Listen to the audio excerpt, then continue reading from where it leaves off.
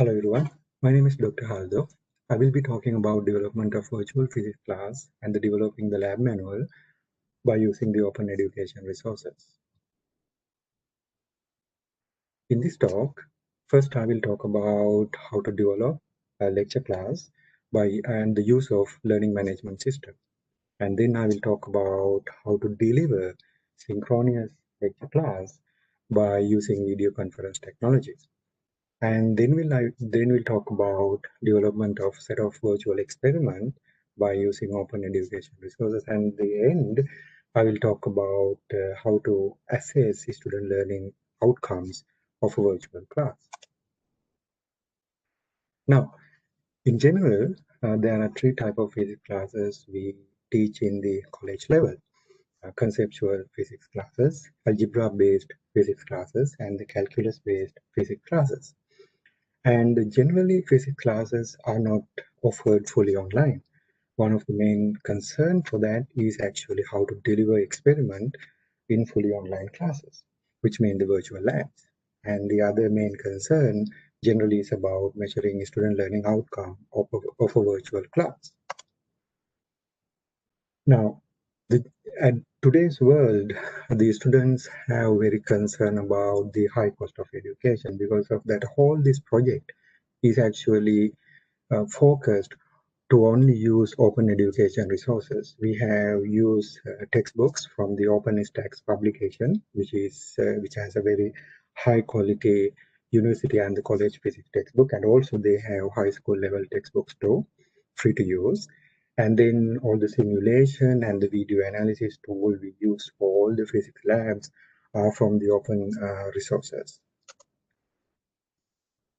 Now let's talk about learning management system. This is one of the very important part of the virtual delivery of the classes. Now there are various sources available to use in today's world. For example, Blackboard, Moodle, Canvas, Google Classroom, and then so on. And then in this project, we mainly use Moodle, but we tested the Blackboard too.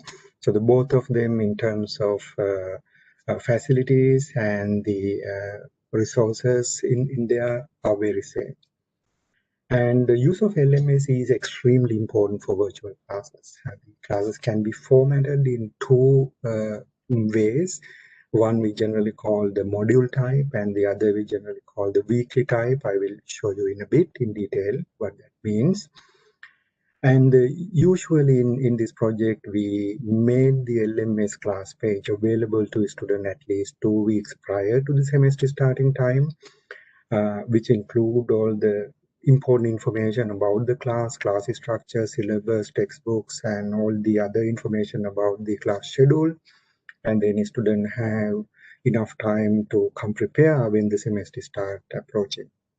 And the LMS generally can access via PC, laptop, tablet, or mobile. Let's take a look a little bit in detail what are the facilities available in learning management system. So generally what we use the learning management system to share the lecture notes, for example, free class notes and also post-class completed lecture notes we added into that. And also I use personally dual mode laptop, which can actually easily convert into the tablet mode. I write my lectures on that. Because of that, after lecture is done, I uploaded those lecture notes into the LMS so a student can easily review them and then use them.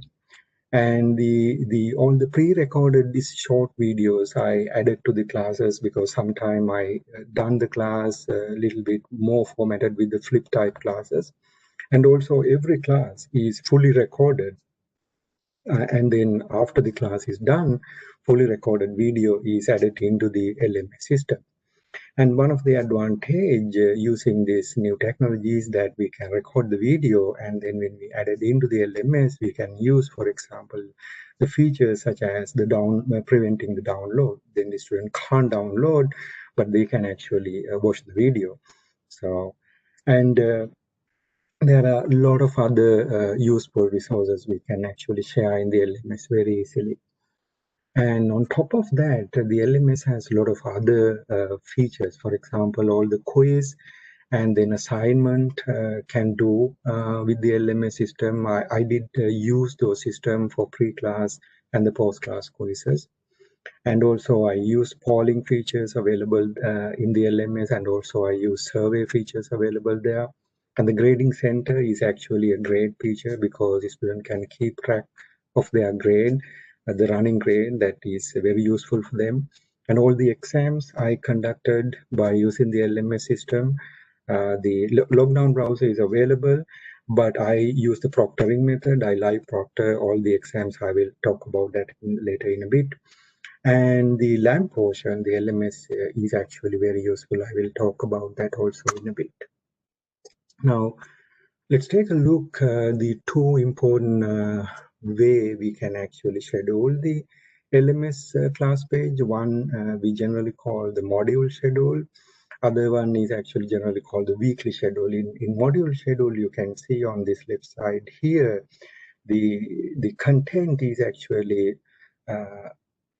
very similar to each module in the class. So you can see in-class videos and notes, in-class quizzes and answers, and then so on, exams, mid-exam, lab reports, final project, and then so on. And then inside the course dashboard, they have the grading center and all of those. And on the other hand, if we do it in the weekly schedule, you can see it go week by week. And then each week has the component along with that particular week. When a student go into that week, they can see all the information which we actually doing during the week. And this is two example a little bit in detail how the weekly schedule look like and how the module schedule look like. In the weekly schedule, if a student go into the weekly in a week in the LMS page, then you can see that week, they can see all the information needed in that week, and also if there's assignment to be completed, then all of those actually they can observe and then submit all the assignment into that particular link. And on the other hand, in the module type, when they go into the module, they can see all the information. So it two different approach, but it does the same thing. And one of the most useful feature for the virtual classes is actually grading. So all the quizzes and the exams can be very easily graded by using grading tool. You can see this is one of the exam which students submitted to the LMS, and then I graded that by using my tablet. You can see I put the correct marks here, and then if something wrong, we can actually put, and then you can even write very detailed information. And not only that, there's other features here like this right hand side. You can see you can provide the detailed feedback question by question, how much point reduction happened, what is the reason, and then so on. Either you can type everything here, or we can have freedom of just writing everything by using the tablet mode. So this is a great feature. And then this is a fully active learning type of format LMS system, because even when we doing this correction, a student can actually see it live on their side. Let's take a look at other important features which we use in this LMS system. One of the important feature is actually for the lab portion. I will talk about the lab delivery in a bit, but when they submit the lab report, that can be corrected very easily. Not only that, the lab submission we usually done by using the Turnitin software, which is actually attached to the LMS system. So which means when the student submitted their report or any work, it can automatically check for the plagiarism, which means the academic integrity, the copy paste some information from the internet, all of those things easily visualize, easily observe. Now, for example, you can see this side right here on the top. That report is actually done, checked by using the plagiarism checker, and then you can see it is actually perfect report. You can see in the red color here, it's 0. 0 means there's no any match to anything on the internet or databases. And then you can see right here, I can put all my comments about the report, or if I want, I can write the comments on the report too. And on the other hand, down below here, you can see another report. It shows 24% of matching, which means a student have maybe copy paste something from the internet, or he just read something and then rewrite, but did not rephrase it. So as a result of that, all of these highlighted places are actually direct match to something on the internet or the databases. So as a result of that, there will be a point reduction. And then if the percentage is actually much higher, we can just reject the report fully and then ask them to redo it. And then these tools are really, really important for the virtual classes.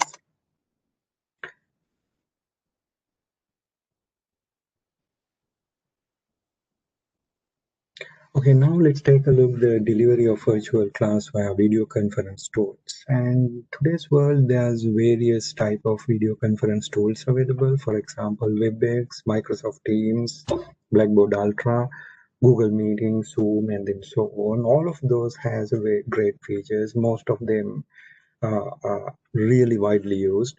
And in this project, we use WebEx. WebEx has a great features, and it's very similar to the Zoom platform. There's no any big difference technically. I use the Zoom too. And WebEx has features such as, for example, I can share the whole screen, or I can share multiple applications separately, each application instead of sharing the screen. It has a breakout rooms, which is actually very useful for group activities. And then it has inbuilt chat box. It is great when you're doing the class, a student can ask question by typing the question on the chat box. That's useful. And the class recording, fully virtual class can be recorded into their cloud server.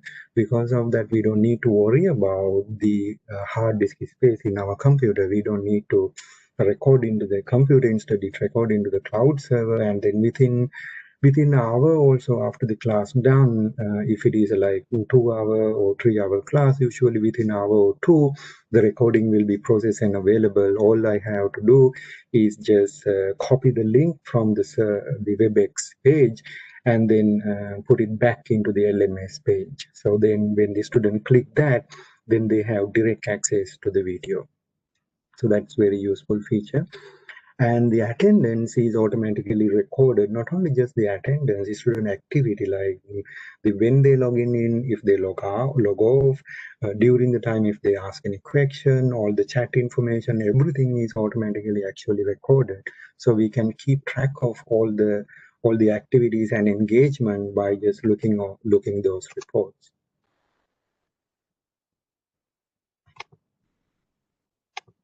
And then let's take a look how I deliver this virtual class. Now you can see here two pictures. Usually what I do, this is the student view, okay?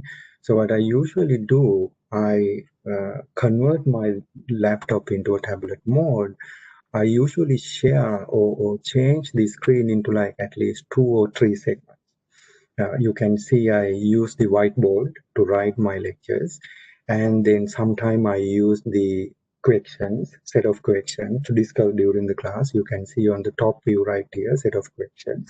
So I pointed out the question and then explain on the whiteboard by writing everything on the tablet. And sometime we can use even the simulator. For example, down here on the left hand side bottom, you can see a simulator.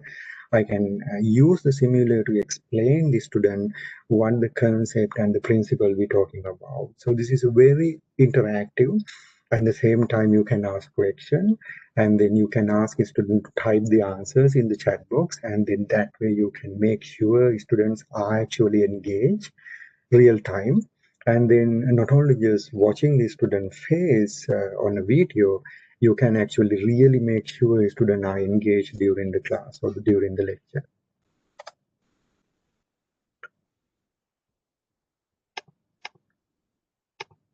And then let's take a look. One of the most important problem in virtual classes is the academic integrity. So there are various ways we can address that issue. One of the easy way or the automated way is the using the lockdown browser for the exam and the quizzes. However, for physics classes, especially algebra-based or the calculus-based physics classes, the student has to answer very in detail for the given question. So we are not usually giving out multiple choice question. So the student has to write it down very in detail. So because of that, the using lockdown browser is actually not very much useful. So what I did in my classes, usually we have about 3 mid exams and the final and the few quizzes during the semester.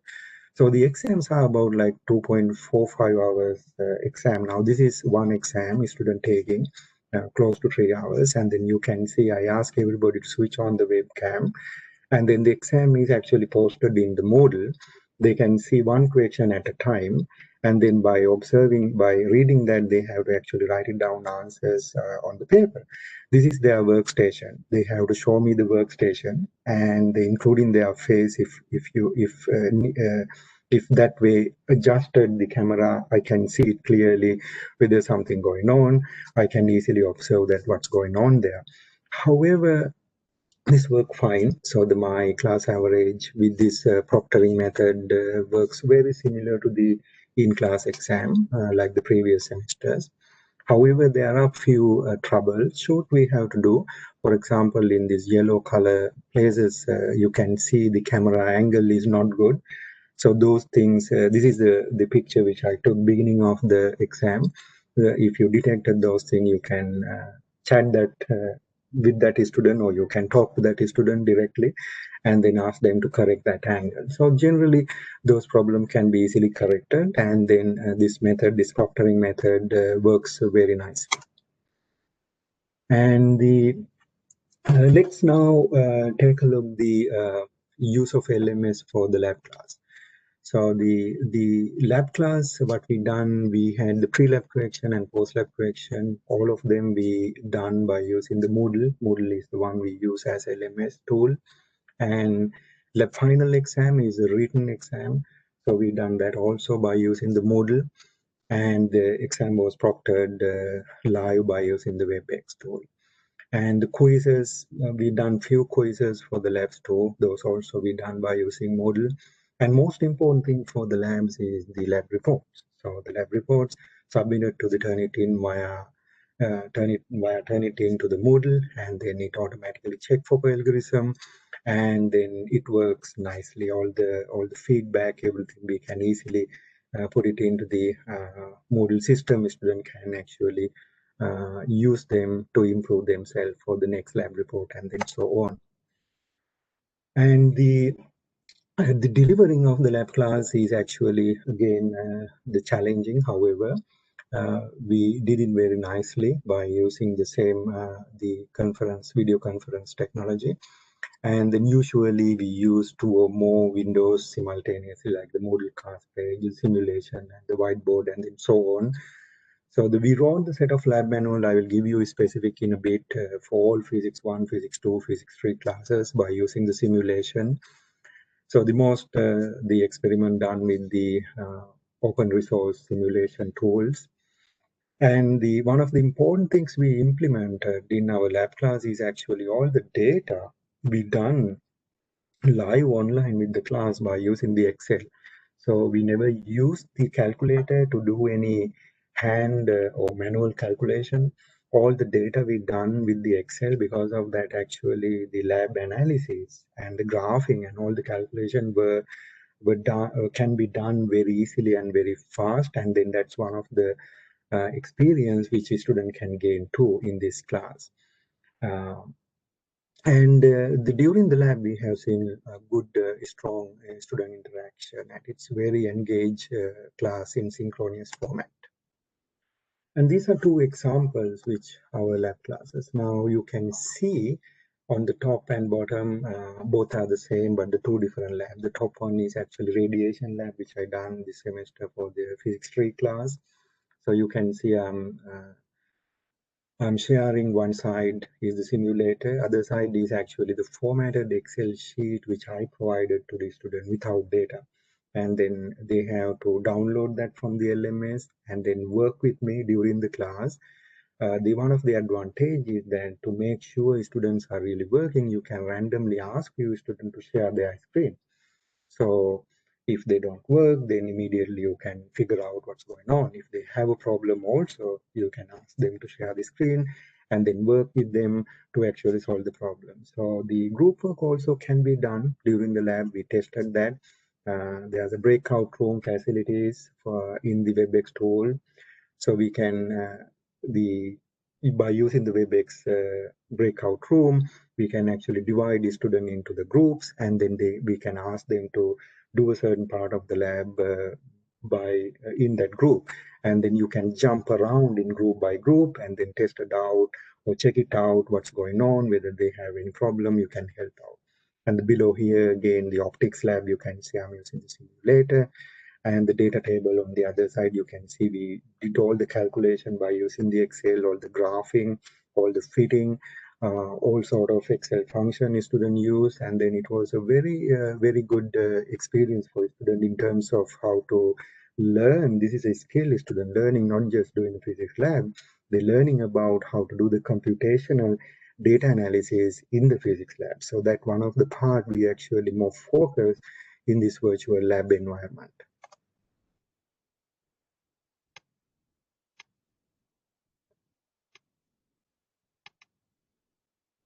Okay, now let's take a look all the set of labs we created for the virtual class. This is a set of lab which I created for physics 1 class. Generally we call it mechanics, but it addresses kinematics, mechanics, energy, momentum, and the rotational dynamics. You can see I developed about 12 labs. Actually, these are very detailed labs because our lab class is about 2 hours and 45 minutes. But technically, some of these labs can divide even into 2 sections. All the labs we use open education resources. You can see the link here. Later, at the end of the talk, I will show you all these lab manuals are now freely available to download. If anybody want to use them, reuse them, it's fine. I will show you where to download them.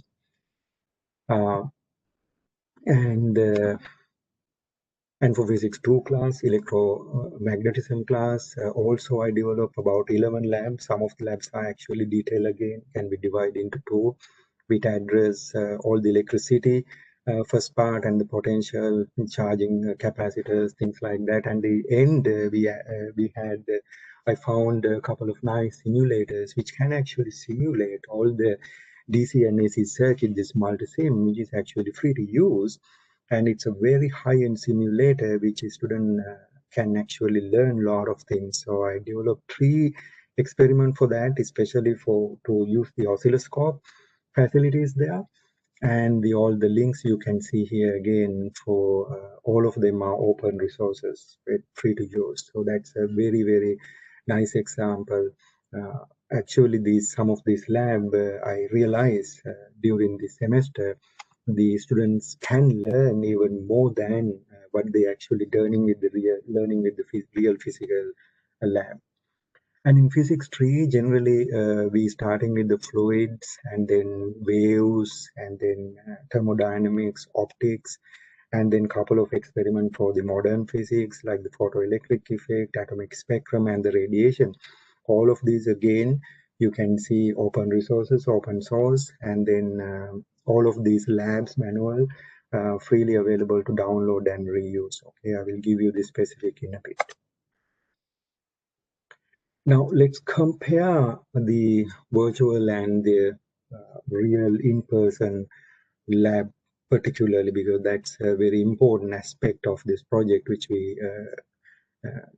we can give specific what we found. So what we found is that the online or the virtual labs are easy to design. You can design a new experiment very easily.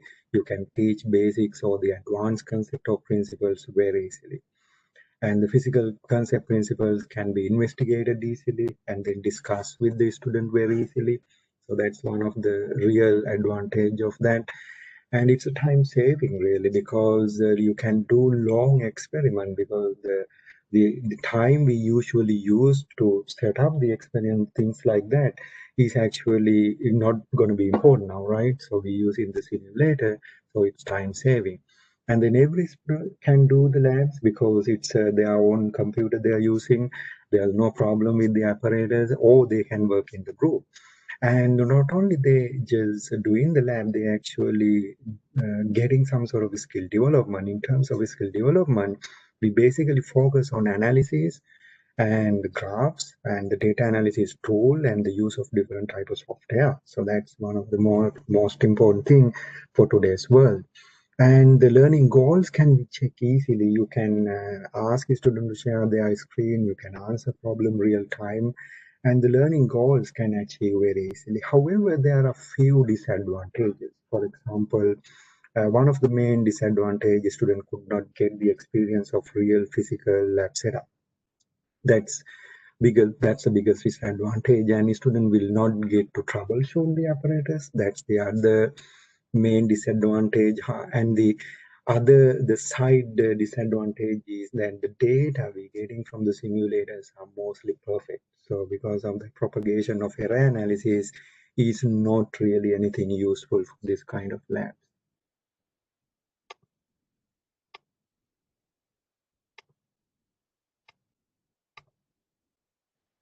Okay, let's take a look the learning outcome. So that's one of the important aspect. I don't have enough time to go over everything, but we were actually investigating learning outcomes. So the expected learning outcome in this project is actually understanding, apply, analyze, and evaluate. So we investigate them and we assess them by using detailed scientific lab reports for each lab.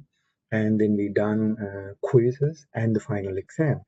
So the what we found is actually, I will let's go on and talk about this expected skill development, also very important. So the one of the main skill development is actually the data manipulation and calculation and graphing, fitting, and then use of advanced function in data analysis software.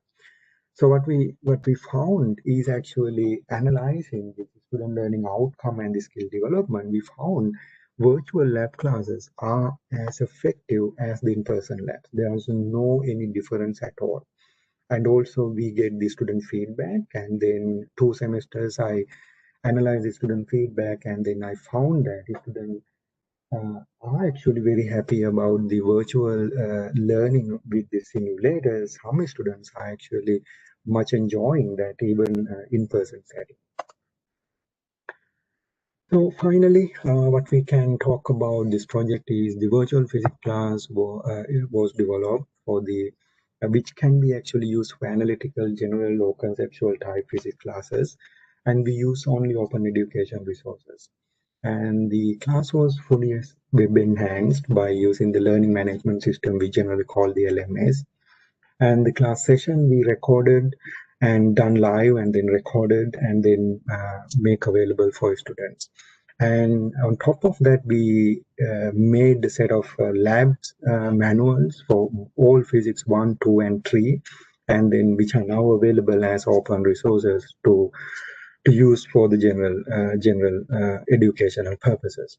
And student outcomes, learning outcome confirm that virtual class is actually effective as the in-person setting, and the student feedback is actually confirmed. Students are actually very much happy about their learning experience. So overall, what we can say is the virtual delivery of the physics class was a great success. And finally, I can give you specific information about now how to access these OER resources, because now our lab manuals I publish on here. This is my personal website, and also those lab manuals available via archive. This is actually Cornell University public database, so I added those into there. Anybody interested, you just need to click this link. You can download them. And also all the videos which I actually taught the lab. I did the data analysis and all the calculation, the complete lab with the student. And in those videos, I set up the YouTube channels. These are the direct link for each 3 different type of classes, physics 1, 2, and 3. When you click on there, you will get the playlist that has actually all 12 labs. Each lab is about like 2 hours long video, and then there's 12 for each set. And then anybody interested, just those are free to use. Okay, then thank you very much for listening. If you have any question, feel free to contact me via this email address. So I will be happy to assist. Thank you very much.